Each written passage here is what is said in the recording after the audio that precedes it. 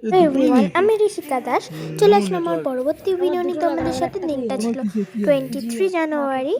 আমরা এখন আছি কিন্তু অহলধারাতে। আমরা আজকেও হোটেলের থেকে একদম ভিডিওটা স্টার্ট করার পাইনি।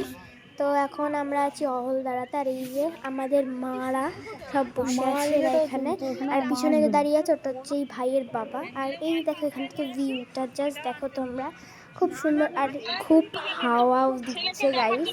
এখানে ফটো ক্লিকিং হচ্ছে। এই দেখো এখানে হচ্ছে অনেক হোমস্টে আছে এখানে। এখানে বাচ্চাটা বলছে কুকুরটা দেখ কেন ভালো, যদি কামড়ে দেয় ঘুমাচ্ছে, যদি কামড়ে দেয় এই অবস্থা।